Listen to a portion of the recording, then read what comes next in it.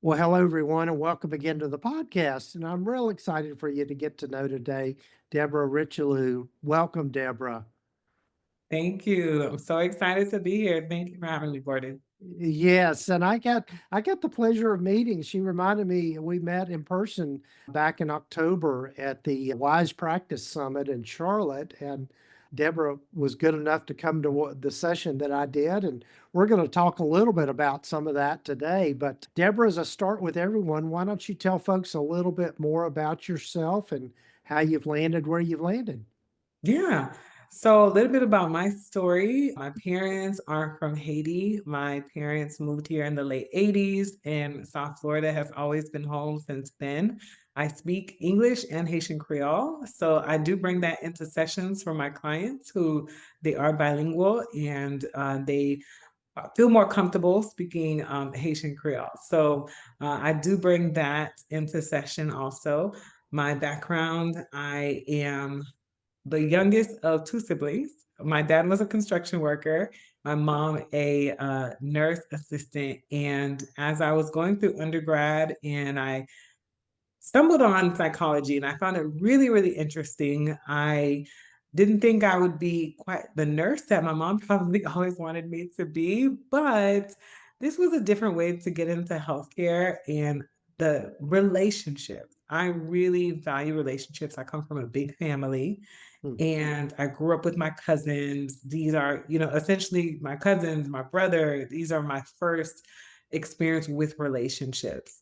And my husband and I, we went through premarital counseling as very young 22, 23-year olds, madly in love with one another, but really not equipped to have healthy communication as young married couples in their 20s. So after completing my psychology degree, I knew I wanted to become a counselor or a therapist.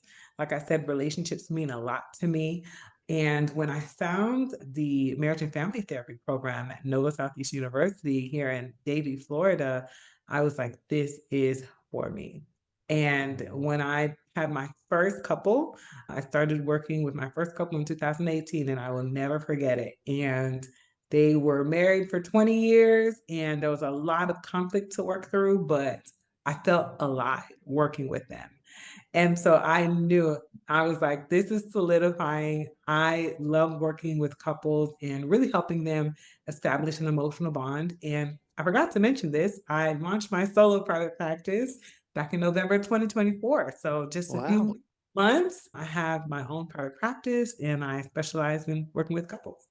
Well, congratulations on that. It's as you were telling about that, Deborah, I was reminded I'm also an LMFT and went through kind of a marriage and family track when I was in graduate school as well. And I remember that a lot of people, well, I guess it depends on what part of the country you're from, but I know here in the Southeast, there's just not a lot of marriage and family therapists. You get on the West Coast, there's more folks doing that. But I know in just working with interns and doing supervision with folks, a lot of people are really intimidated by doing marriage work or working with couples. What drew you in, do you think?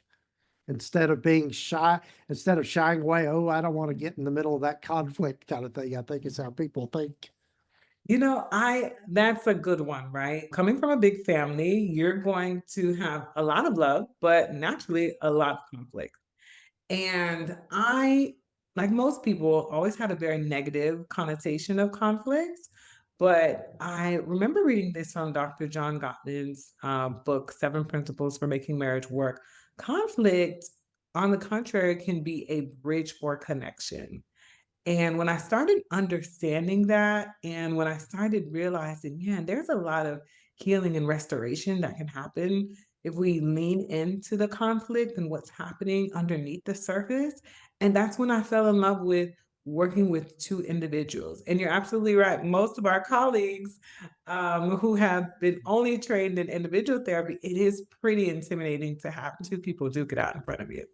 Yeah, yeah, it is. But I think like you're kind of alluding to is that if you have some good training, I mean, and the Gottmans are, and Sue Johnson and now and any of the emotionally focused couples therapy kind of models are really kind of the gold standard, I think. But I think if you get that training and you start to learn about it, you can really, it really is exciting stuff to be able to work with couples and help them learn how to change the process of how they interact and all of that sort of thing. Yeah, yeah. I think it's what you said. I fell in love with the process, coming in and seeing a couple barely be able to get through the session without, really going so deep into their conflict. And after a few sessions, you start to see the transformation. You start to see progress. You start to see Right. take responsibility for what they did. You start to see someone, no longer stonewall and shut down, but start to open up. Man, that there's nothing like it. Right, right. I love that. I love that. So, another thing that we were talking about before we started recording, well, first of all, before we talk about that, one of the things I do want to say, Deborah, is I think you are very smart to specialize in couples therapy based on where you are, because I bet that you stand out as someone unique because there's not that many in, like we said before, in the Southeast. It's true. Yes. I will say before I launched my private practice, for 4 years now, I've been a part of a group practice. And I will say I have received so many referrals from a lot of my colleagues who they're Mhm. seeing individuals in therapy and their clients are having a really hard time in their relationships. So I get a lot of referrals actually from my fellow therapist friends. Right, right. Yeah. And so I think, doing couples therapy as a niche, I think is so important. And also I think the fact that you have your Haitian background and a person of color, all of that just adds to a lot of success, I would think. Yes, absolutely. A majority of my clients are either of Caribbean descent, so Haitian American, Jamaican, African American. So a lot, and my clients tell me that in the first session, hey, I've been looking for a woman of color and someone who also connects with my faith because I also provide Christian Mhm. counseling as well. Right, right. Well, that's great. It's a much needed niche for a lot of reasons. Yeah. Yeah, that's great. So I know wanted to shift gears a little bit. I know one of the things that we kind of connected on is the fact that we've both experienced some losses and being able to continue to work and do our job and maintain a practice and that sort of thing. Do you mind sharing a little bit of your story around that? Sure. One thing that drew me to Gordon's session at the Wise Practice Summit was he was talking about grief, how to take care of yourself and take care of your clients as a grieving therapist. And before we started, I shared with him, I really connected with that session because not even a year ago, we lost my mother-in-law. And that was a devastating loss, unexpected for our family. And I didn't work after that. I didn't work the first week and a half, I believe. And I really was in the immediate part of my grief. I really didn't know how I was going to continue doing good work with my clients while Mhm. I was Mhm. experiencing fresh grief, right? That was a really confusing time for me to process, well, how do I show up for others and hold space for them when my whole world is falling apart? Mhm. So that's where we connected. And, I'm really grateful to God for a really strong community. We have a great church community who has come around us and supported us and loved us. My husband has a therapist, I have a therapist. And it's just been a really beautiful time to see when your life comes crashing down, the people who Mhm. surround you and love you and make sure you're taken care of. And that's really how we have been getting through this time. And it it lifts you up, it gives you strength, and Mhm, you're able to say, "Okay, I can do today. I can manage today." And mhm. that's really has been our journey, taking it one day at a time. Yeah, yeah. What have you found helpful that was, I totally agree with you. I think it takes community and connections with, you know, family or faith communities, just our that's the only way that I made it through is with just through my church connections, but also just my close group of friends that I've had over the years. We kind of refer to ourselves as the village. And The so, I mean, we village, do, yes. yeah, yeah. I So, love that. yeah, and so we're always doing things together. As part of those people I was sharing with you, I went on that trip to Spain. Part of those people are part of the village, as we say. But in addition to the support that you got from others, what else did you find helpful for yourself in just kind of getting through your days and being able to maintain your practice and being able to show up for others? Yeah, well, that's a great question, Gordon. I really appreciate the relationship I have with my colleagues in the group practice I was telling you about. And I just had a really honest conversation with my supervisor when I wasn't available.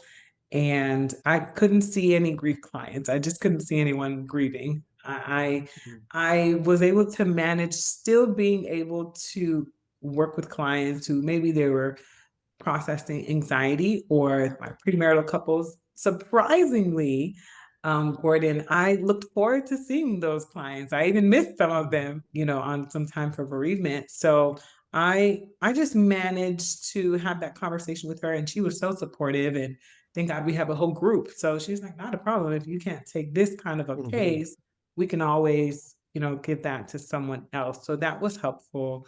Or and then personally, going for walks, that is something we did actually weekly with my mother-in-law, so we kept doing that. Me and my husband were dancers, funny enough, so Mhm. we kept dancing. We were like, "Okay, we gotta Mhm. keep," we have to do things that we enjoy. We had Mhm. our doors open to people to come and see us. I learned about myself when I'm grieving. I want you to come over. Some people they need Mhm. time and no, come over, sit on my couch, bring food, Mhm. laugh, let's watch movies. And while that was not every day, but I definitely appreciated hosting and having people over that just loved us and cared for us. And like you said, they're part of the village. And so Yeah. sometimes they didn't even have to plan too far in advance. Hey, we're in the area. Yeah, sure, come on over. So Yeah. that has been really helpful for us.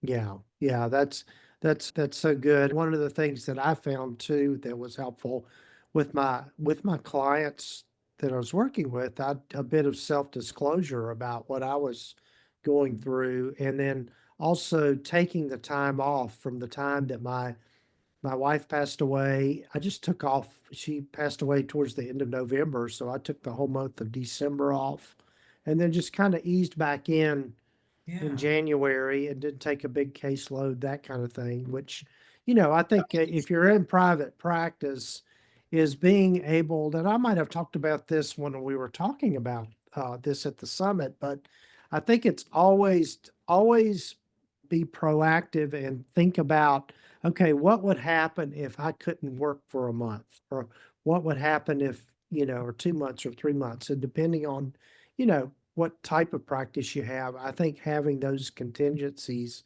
and really putting a lot of thought into that is really important. I think, yeah, I'm definitely grateful too for private practice because of the flexibility, right? Yes. Yeah, Uh-huh. if I was in an agency, I wouldn't have that flexibility to be as present for my husband and just for us as a family. So I Right. love that, and at the Yeah. time when we needed it the most, we had that time. Yeah. Yeah. So as you started your practice, your private practice, what have you, obviously what we've been talking about was a challenge, but what is it that you've learned that you feel like has been valuable to you? I think. what has been valuable is people people are open to getting help, but you're not the first person they've been to.